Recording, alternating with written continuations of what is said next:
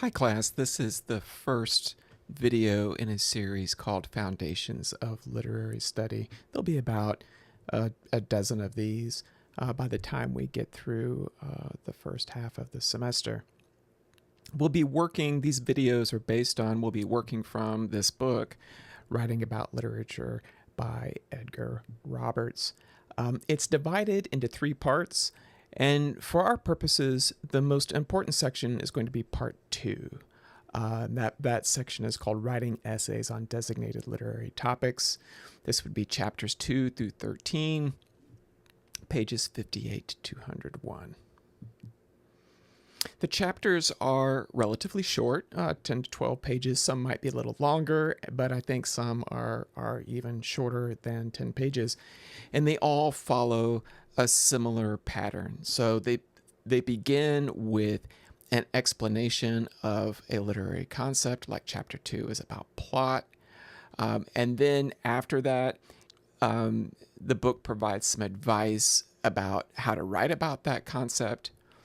After that, there is what's called an illustrative essay, in which a student examines how the concept is used in a literary work. And then finally, after that, is a short commentary on the student essay. So, for example, chapter 2 begins with a basic definition of plot. That's on pages 58 to 60. That's followed by a couple subsections with guidance for the student writer, pages 60 to 61. Then there's the illustrative essay on Eudora Welty's story, The Worn Path, on pages 61 to 63. And then some brief remarks on that essay on page 63. The literary works written about in the student essays, the illustrative essays, are included as an appendix in the back of the book, pages 315 to 64. So, for example, Eudora Welty's story, that is the topic of the illustrative essay in chapter 2. You can find that story on page 341 and read it. And before you read the illustrative essays, I think it's a good idea to flip back to that appendix and read the stories or poems that those illustrative essays are written about. A couple of other books that I use. I really like this book, Literary Terms, A Dictionary of Literary Terms and Literary Theory by J.A. Cuddon, Cuddon. Very helpful. Some of the terminology that you're going to hear in these videos is not in the textbook Writing About Literature, but from this book or this one, the Princeton Encyclopedia of Poetry and Poetics. And I think both of these books are really, really good for English majors if you can get your hands on a copy. Very helpful. So we're going to start with chapter 2 of Writing About Literature. Understanding plot is the topic here. This is an illustration of Christina Rossetti's poem Goblin Market by her brother Dante Gabriel Rossetti, who was also a poet and obviously a good artist. So here are some of the terms that are presented in the book. Plot, we'll start there. In the essay Aspects of the Novel, the British writer E.M. Forster, whom you see in the portrait there on the right, he wrote, "We have defined a story as a narrative of events arranged in their time sequence. A plot is also a narrative of events, the emphasis falling on causality. The king died and the queen died is a story. The king died and then the queen died of grief is a plot. The time sequence is preserved, but the sense of causality overshadows it." So when we're talking about plot, the emphasis is on cause and effect. So in its most basic sense, plot, sometimes called the action, particularly when you're talking about drama, emphasizes causality. To talk about plot is not simply to describe what happens but to understand the reasons why. Because human behavior is the essence of most storytelling, an important element of plot is motivation. And what's that?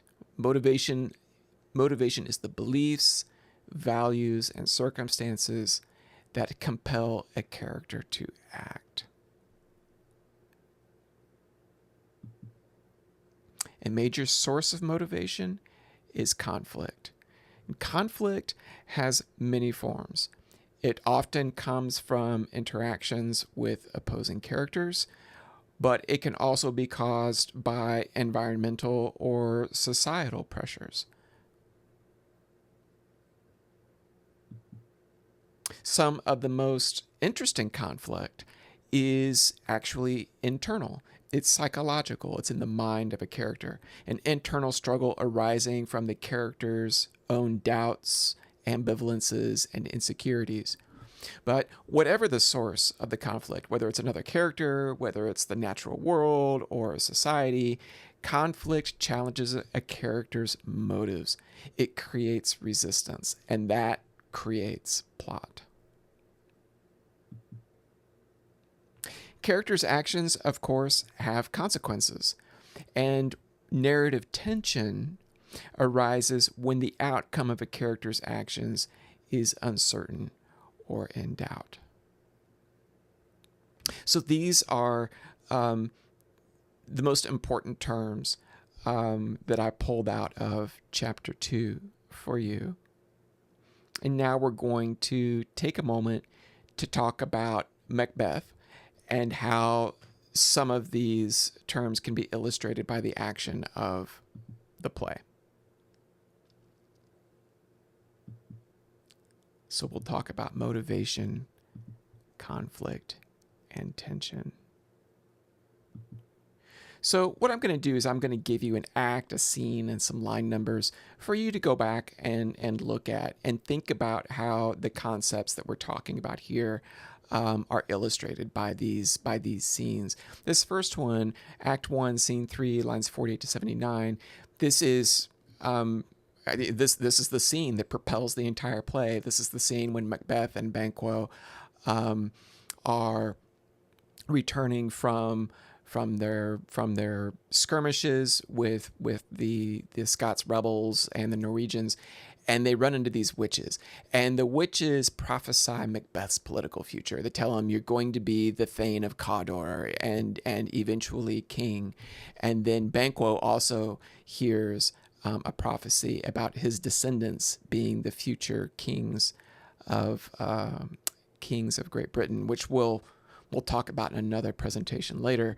But the idea here is that the witches plant this idea in Macbeth's mind, and from this point forward, it's like a light switch has been flipped in his head, and suddenly he's consumed with this idea of rising up to the throne, becoming king of Scotland. When it comes to conflict, an interesting scene related to this is just a handful of scenes later. Macbeth is a really fast-paced play, as I've said before.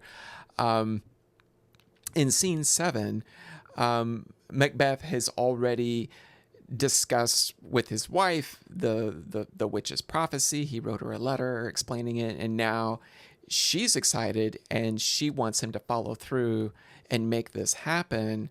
And Macbeth starts to have some doubts about it in Scene 7, lines 29 to 82.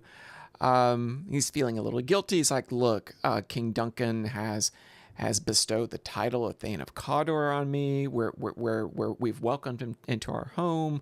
It just doesn't seem right to murder him, and Lady Macbeth will have none of this.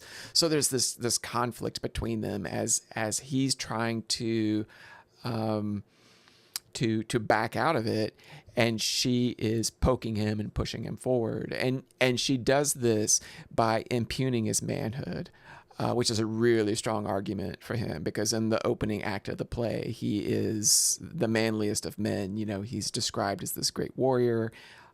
He conquers all of the enemies of King Duncan, and here's Lady Macbeth telling him that he's not the man that he thinks he is. And by the end of scene 7, she lays out the plan for how they're going to do it, and he seems at that point ready to follow through on it. So a great scene of conflict, and also internal conflict. This is in Macbeth's own mind. He's sort of grappling with the enormity of this crime that he's about to commit,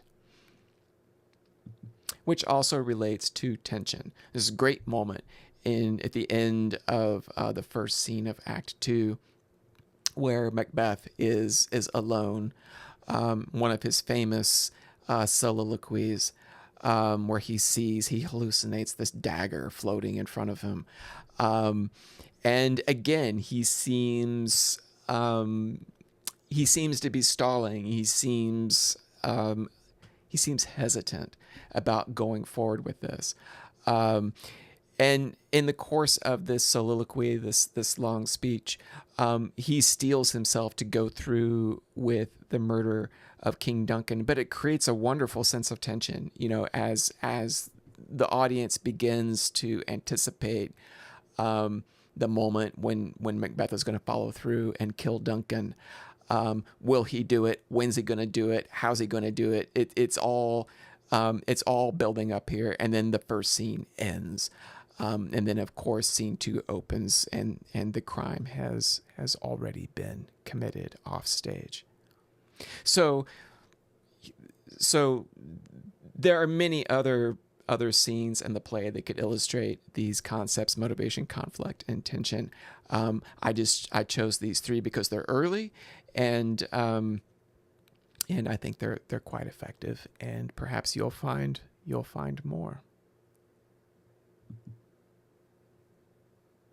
So when it comes to the 2 short pieces we read for this week, the Kate Chopin story, Desiree's Baby, and Christina Rossetti's Goblin Market, I want you, for our discussions, to think about what motivates each of the main characters to act. There's Desiree and her husband Armand in Chopin's story, and then the sisters Lizzie and Laura in Rossetti's poem.